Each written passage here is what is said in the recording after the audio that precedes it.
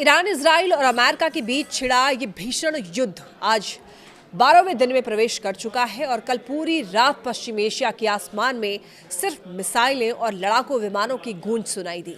लेकिन अब लड़ाई सिर्फ जमीन और आसमान की नहीं रह गई है। दुनिया की धड़कन कहे जाने वाले स्ट्रैट ऑफ हार्मुज पर बड़ा खतरा मंडरा रहा है, जिससे कि पूरी दुनिया में हाहाकार मच सकता है। क्या हम तीसरे विश्व युद्ध की दहलीज पर खड़े हैं? ये सवाल सबके मन में है। तो चलिए इसे विस्तार से समझते हैं। नमस्कार, मेरा नाम है लक्ष्मी। ईरान की रिवॉल्यूशनरी गाइड्स ने अपने सैन्य अभियान की 35वीं लहर शुरू कर दी है, जिससे अमेरिकी सैन्य ठिकानों को निशाना बनाया गया। जवाब में इजरायली वायुसेना ने तेहरान के दिल में घुसकर हमला किया है। इसी बीच इजराइल के प्रधानमंत्री नेतन्याहू ने ईरान की जनता को एक सीधा और कड़ा संदेश दिया है। उन्होंने कहा है कि ये उनके पास आज़ादी का आखिरी मौका है। आयतुल्लाह अब इस दुनिया में नहीं है और ईरान को एक और तानाशाह की ज़रूरत नहीं है। और ये बयान आग में घी डालने जैसा है, जो सीधे तौर पर ईरान के शासन परिवर्तन की ओर इशारा कर रहा है।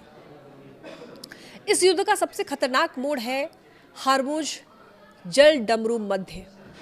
अमेरिकी सेना का दावा है कि उन्होंने ईरान के उन 16 जहाजों को नष्ट कर दिया है जो इस समुद्री मार्ग में बारूदी सुरंगें बिछाने की तैयारी कर रहे थे।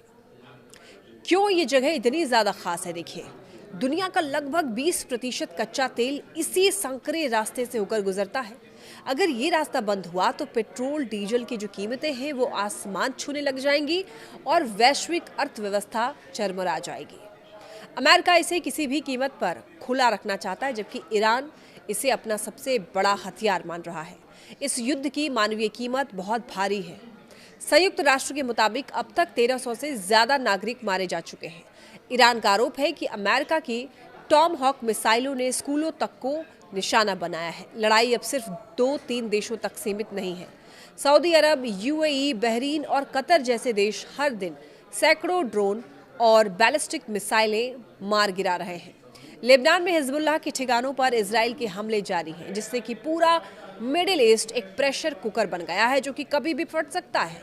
पश्चिम एशिया का यह संघर्ष अब एक ऐसे मोड़ पर है जहां से वापसी का रास्ता धुंधला नजर आता है, क्योंकि कूटनीति इस आग को बुझा पाएगी या हार्मुज की नाकाबंदी दुनिया को एक नए आर्थिक संकट में धकेल देगी, ये बड़ा सवाल है। खैर, आपको क्या लगता है इस युद्ध को रोकने का सबसे सही तरीका क्या होगा? अपनी राय कमेंट में जरूर लिखिए।